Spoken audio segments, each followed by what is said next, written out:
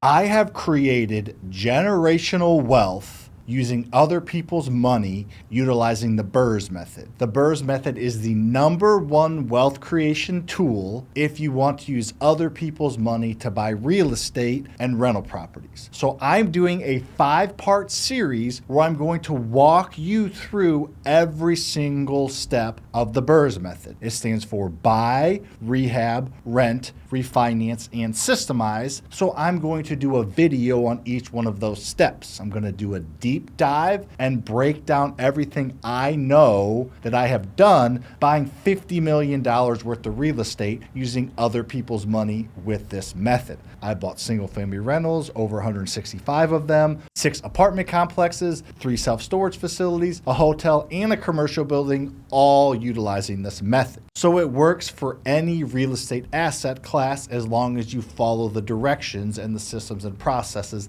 that I'm going to talk about. Now, this method's been around for a long time. It was originally called the BRRRR method. It stood for buy, rehab, rent, refinance, and repeat. Even then, it was taken from other iterations of it. That was just kind of the one that caught fire. BiggerPockets is the company that made the BRRRR method, or the BRRRR phrase, popular. The systemized way of leveraging other people's money has been around a long time. I have taken that BRRRR method and tweaked every single step multiple times and changed the R of repeat to systemize, because I think if you want to do something bigger, better, faster, stronger, and scale it, you need to do something other than just repeat and go back and do what you did. So let's get this ball rolling. I'm going to start out with the B, which stands for buy of the BRRRR method, and make sure to like and subscribe to this video if you have not, so you can see the other videos in the series, because I promise you one thing. At the end of this series, you will have a better understanding of the BRRRR method, which means you will have a better understanding than you have right now of how to create wealth, financial freedom,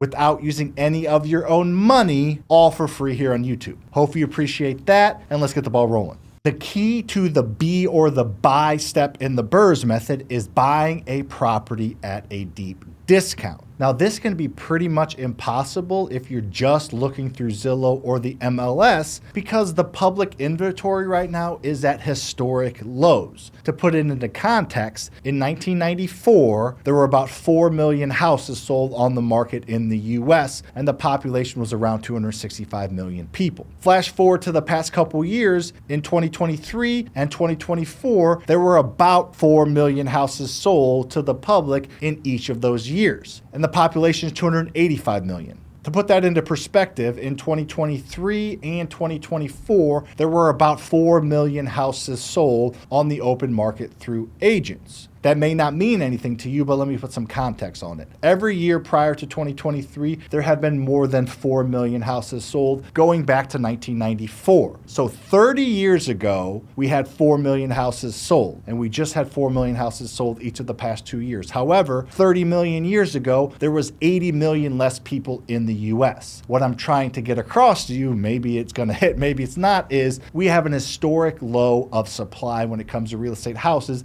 and we have never had a bigger population. So that means there are more people looking at a smaller inventory. That's why you have to look off market. That's why you have to find properties that aren't listed to the public if you want to find those discounts. And in order to find a deep discount buying a real estate property, you're gonna have to find something distressed. So I'm walking my way back and explaining to you what to look for. So you need to look for and find connections with distressed properties. That is the key. There is not one place to go to find a huge listing of distressed properties. That's why not everybody does this. However, in this video, I'm going to talk through a formula to use to analyze a BRRRR deal before you buy it to make sure you're getting a good deal. And I'm also going to uncover some lead sources that you can use to find these distressed properties. Because while it's a small percentage, there are still a lot of them out there. Properties eventually usually go through some level of distress. So the big key is finding those distressed properties, but how much do you pay for those distressed properties? There is an initial formula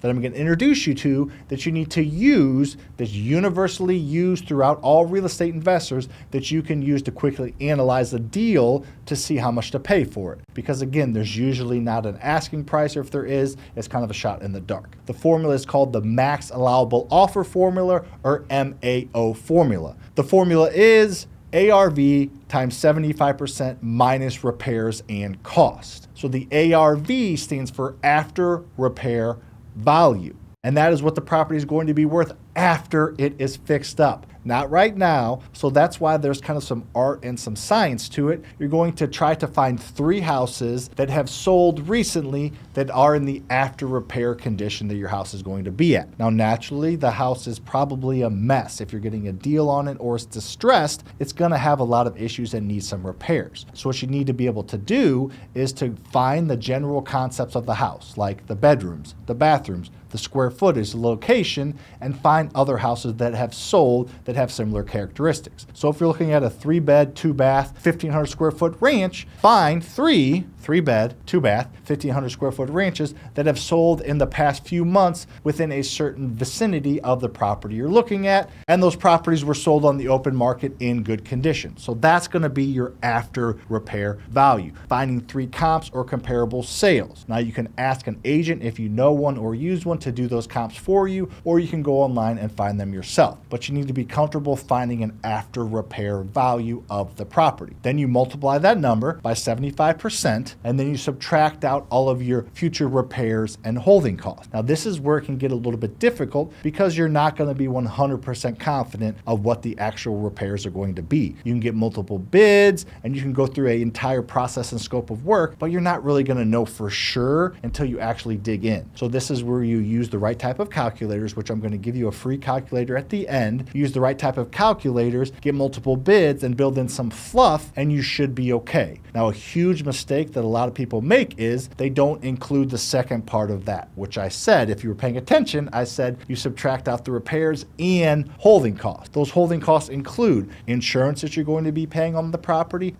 taxes you're going to be paying on the property while owning it, and the biggest one is going to be costs of money. You're going to be probably borrowing money to buy this, and you're going to have to pay whoever you borrowed the money from some interest. So make sure to include that into your costs. So if you're able to do that and you're conservative on your ARV, meaning you look around and you think it's worth 300 grand, but you say 290 for this formula, you multiply it by 75%, and you think with repairs and holding costs it needs 50, but you add 60 to add some fluff. If you're conservative on the ARV and the repairs and costs, and you're still able to buy the deal at that number, you should be okay, because there's always risk involved. I mean, shoot, there's risk going to work every day thinking you're not going to get fired and relying on a company to make the right decisions for that company and the stakeholders so that they don't have to lay people off. Like, that kind of stuff happens all the time. So life and just getting into the financial game doesn't come without risk. This is obviously no different, but you can limit that risk if you're conservative running your Max Allowable Offer formula. Now, before I get into the second formula, let me show you a quick example. So let's say you look at a house and you think it's easily worth 200 grand. So you plug $200,000 into the initial ARV of the formula. Then you multiply it by 75%. That gives you $150,000. And let's say it needs 50 to 60K in repairs, but you're going to be conservative and you're going to say 60K. The math of that is ARV, 200,000 times 75%, 150,000 minus 60,000. So that gives you a $90,000 purchase price. So if you're conservative and if you run your numbers properly, buying that house for $90,000 should have enough equity built in so that you're able to tap into that later in the refinance step. All we're doing right here is buying at a deep enough discount and adding enough equity through the next step in the next video, the repairs, that you're able to tap into that to pay back who you borrowed the money from. More on that later, but just understand that getting good at this Max Allowable Offer formula will allow you to really, really limit your risk. The next formula that you're going to use to make sure this thing cash flows, because you don't want to buy it with enough equity and do everything right and then end up losing $300 a month on cash flow, is use the cash flow formula. Now this one's pretty simple, and this one is a lot more concrete and a lot more known variables than the last formula. The cash flow formula is simply rent minus expenses, and there's 7 major expenses you need to account for that you should know ahead of time. So you take your rent, you can find that similar to what you did when you're running comparables on the value, you run comparables on the rent. Except this time, instead of looking at house sales or recent sales, you're looking at houses that are for rent or recently rented. You can find this on Rentometer or Zillow. Don't go off the rent estimate,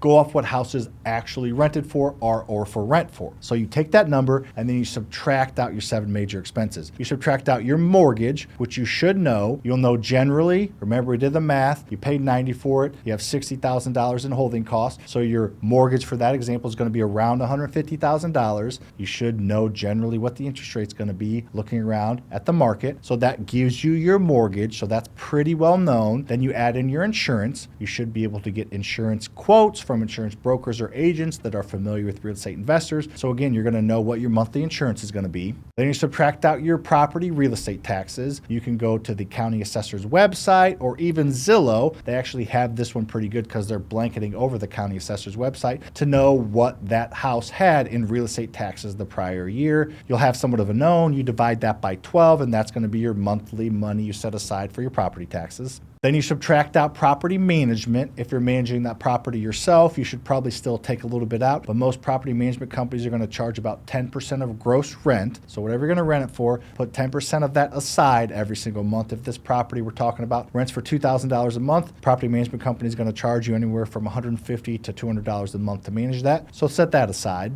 Then you have maintenance. We set $150 a month per door aside. Now, if you're doing the BRRRR method properly and you go through this entire series, I think you're going to be excited about the fact that you're not going to have a ton of maintenance because you just repaired it, but still set some money aside. Ideally, you only tap into that maintenance fund once or twice a year, but you need to have money in there so you don't have to have money out of your pocket. The next expense is vacancy. The property is not always rented. Set aside 5% of gross rent every single month in a little bit of a fund or your bank account for when the property is vacant, because you still have expenses when the tenants move out. And lastly, CapEx. This one's pretty small. You should hopefully not have to put a ton of money aside, maybe $50 or $100 a month aside, and have a CapEx expenditure for when the roof goes out or a water heater goes out, a bigger expense that you're not going to have happen right away, because when you did the rehab, you checked the roof, you checked the windows, you checked the HVAC, you checked the water heater, you checked all the main systems, but eventually one of those will fail. And if you set a little bit of money aside every month, 4 years from now when the roof goes out, or 4 years from now you need to replace the windows, you have money set aside for that. So that is the cash flow formula. You got rent minus expenses, and at the end of that, if you have about $200 left over, that's our threshold, we'll go ahead and buy the property. If it meets the Max Allowable Offer formula, meets the cash flow formula, we will go ahead and buy that, assuming we ran our numbers right. And we've done that, and that's how we've gotten 300 properties doing that exact thing. Now, don't worry, again, like I said at the end, I'm going to give you a free calculator resource that will walk you through exactly what to do. I mean, the calculator resource has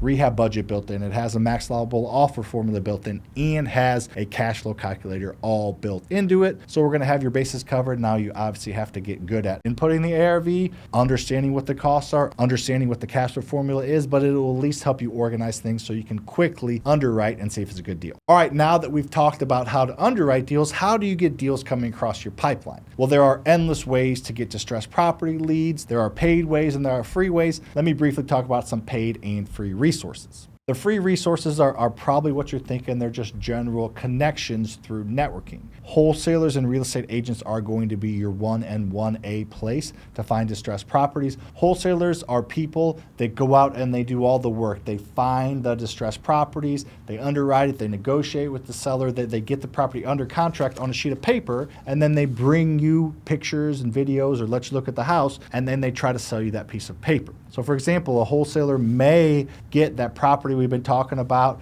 that you can buy for $90,000, or that your Max Allowable Offer formula showed $90,000. A wholesaler may have gotten that deal for $75K. They shop it to you for $100,000, trying to make $25,000, which is a pretty normal upcharge. But you run your Max Allowable Offer formula. You're going to stick to your $200K. You're going to stick to your $60K budget.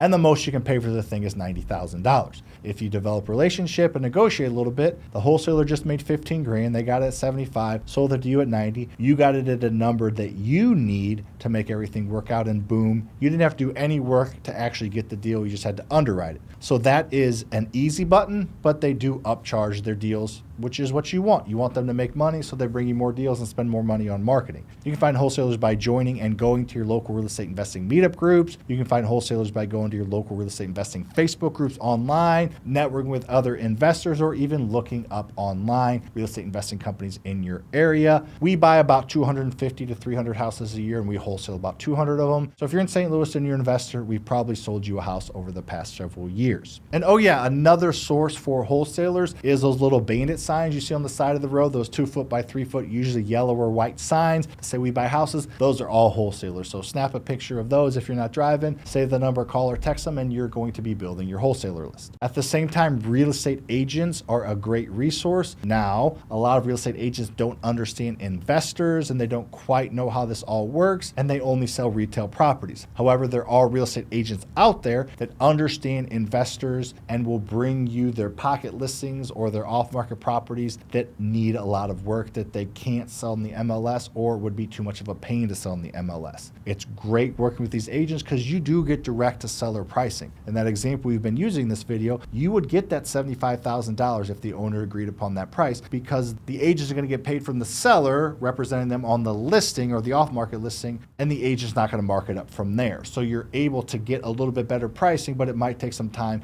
to network with the right agents. So there's a lot of other networking leads I don't want to get into in this video, but just know wholesalers and agents should be your main focus for free lead sources, but it can take a while to develop those relationships. If you're looking to take control of your lead source and are willing to pay a little bit of money, there are a ton of different ways to do it. There's direct mail, there's cold calling, there's putting out your own bandit signs, there's Facebook ads, there's creating a website. There are a ton of different ways to do it. If you're a newer real estate investors, I would focus on the networking side. And if I was going to pay a little bit of money, I would probably use AI and some of the new stuff coming out right now that allows you to quickly filter an area to find the most likely distressed properties to sell.